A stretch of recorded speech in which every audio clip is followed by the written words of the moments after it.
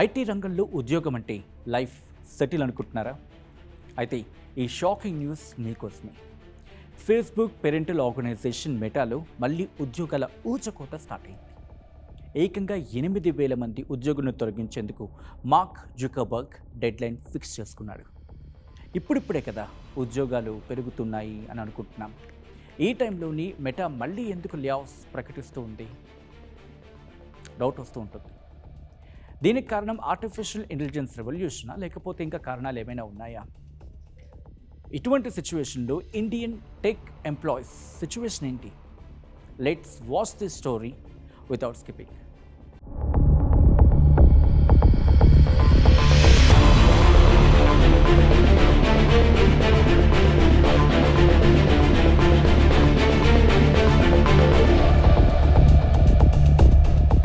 Hello, నమస్తే, welcome to RTV. నేను Sachin. Facebook parental organization Meta మళ్ళీ 8,000 మంది ఉద్యోగుల్ని తొలగించింది. ఆర్టిఫిషియల్ ఇంటెలిజెన్స్ దీనికి ప్రధాన కారణం. ప్రస్తుతం టెక్ ప్రపంచాన్ని శాసిస్తున్న ఏఐ టెక్నాలజీ వైపు మెటా తన ఫుల్ ఫోకస్ని డైవర్ట్ చేసింది. గతంలో సాధారణ పనుల కోసం వందలాది మంది ఉద్యోగులు నియమించుకున్న కంపెనీలు ఇప్పుడు ఆ పనుల్ని ఏఐ టూల్స్ ద్వారా చాలా వేగంగా తక్కువ ఖర్చుతో పూర్తి చేస్తూ ఉన్నాయి. For example ChatGPT, Google Gemini, meta వాళ్ళ సొంత ఏఐ మోడల్స్ వచ్చిన తర్వాత కన్వెన్షనల్ ఐటీ జాబ్స్ అవసరం చాలా వరకు తగ్గిపోయింది. ఈ క్రమంలోనే బడ్జెట్ను తగ్గించుకోవడానికి లే ఆఫ్స్ చేసినట్లు తెలుస్తోంది.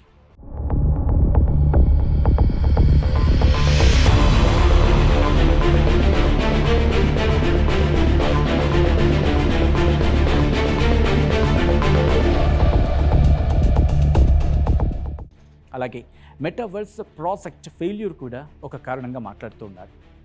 ఫేస్బుక్ పేరును మెటాగా మార్చినప్పుడు మార్క్ జుకర్బర్గ్ వర్చువల్ వరల్డ్పై నమ్మకాన్ని పెట్టుకున్నారు. దీనికోసం బిలియన్ డాలర్స్ను నీళ్ళల్లా ఖర్చు పెట్టారు. రియాలిటీ ల్యాబ్స్ అనే ఒక ప్రత్యేకమైన విభాగాన్ని ఏర్పాటు చేసి 1,000 మందిని రిక్రూట్ కూడా చేసుకున్నారు. కానీ జుకర్బర్గ్ ఊహించిందొకటి, జరిగిందొకటి. ఆయన అనుకున్న స్థాయిలో మెటావర్స్ సక్సెస్ కాలేదు. దీని కారణంగా కంపెనీకి 1,000 కోట్ల రూపాయల భారీ నష్టం వచ్చింది. ఈ నష్టాన్ని పూడ్చుకోవడానికి, లాభాల బాట పట్టడానికి కంపెనీలో ఉద్యోగులను తొలగించింది. దీంతోపాటు అడ్వర్టైజ్మెంట్స్, వాటి నుంచి వచ్చే ఆదాయం కూడా తగ్గిపోయింది. ఇది కూడా ఇంకో కారణంగా మాట్లాడుకుంటున్నారు. ఎందుకంటే ఫేస్బుక్, ఇన్స్టాగ్రామ్లకు ఎక్కువ లాభాలు వచ్చేది యాడ్స్ కారణంగా. అయితే యాపిల్ తన ఐఫోన్స్లో తెచ్చిన కొత్త ప్రైవసీ పాలసీ కారణంగా మెటాకు యూజర్ల డేటాను ట్రాక్ చేయడం కష్టంగా మారింది. దీనివల్ల ఏమైంది? టార్గెటెడ్ యాడ్స్ ఇవ్వడం తగ్గిపోయి కంపెనీ నుంచి వచ్చే యాడ్స్ రెవెన్యూ పడిపోయింది. దీనికి తోడు టిక్టాక్, యూట్యూబ్ షార్ట్స్ లాంటి ప్లాట్ఫామ్స్ నుంచి గట్టి పోటీ ఎదురవుతూ ఉంది. ఇన్స్టాగ్రామ్ రీల్స్ ఉన్నప్పటికీ యాడ్స్ ద్వారా వచ్చే ఆ లాభాలు తగ్గిపోయాయి, ఆ ప్రాఫిట్స్ క్షీణించుకుపోయాయి.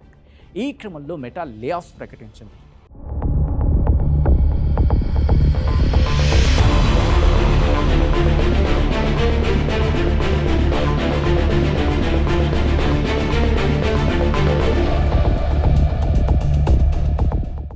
మార్క్ జుకర్బర్గ్ ఇప్పుడు కంపెనీని ఒక కొత్త పద్ధతిలో నడపాలి అని సిద్ధమయ్యాడు. దాని పేరే ఇయర్ ఆఫ్ ఎఫిషియన్సీ. మరి ఇయర్ ఆఫ్ ఎఫిషియన్సీ అంటే ఏంటి? అంటే తక్కువ ఖర్చుతో ఎక్కువ లాభాలు రాబట్టాలి. కంపెనీని పనులు ఉంటాయి కదా, వాటిని స్పీడ్గా చేసి లాభాలను గడించడమే దీని ముఖ్య ఉద్దేశం. అంటే పనుల్ని చాలా స్పీడ్గా చేయాలి అండ్ ప్రాఫిట్స్ని త్వరగా సంపాదించాలి. ఇది దీని ముఖ్య ఉద్దేశం.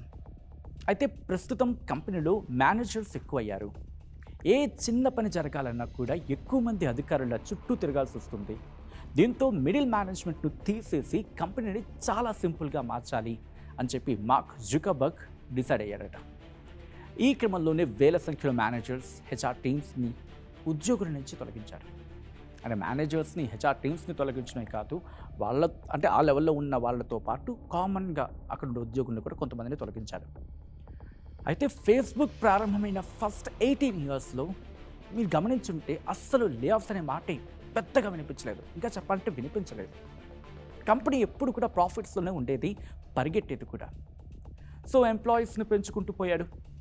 కానీ గత కొన్నేళ్లుగా మెటాలో లే ఆఫ్ జరుగుతూ ఉన్నాయి. అండ్ ఫస్ట్లీ 2022 నవంబర్ ఏకంగా 11,000 మంది ఉద్యోగుల్ని ఒకేసారి మెటా తొలగించింది. కోవిడ్ టైంలో డిజిటల్ రంగం విపరీతంగా ఎదుగుతుంది అని అంచనా వేసి భారీగా రిక్రూట్ చేసుకున్నాడు. కానీ ఆ అంచనా తప్పింది అని చెప్పి ఏకంగా జుకర్బర్గ్ క్లారిటీ ఇచ్చాడు.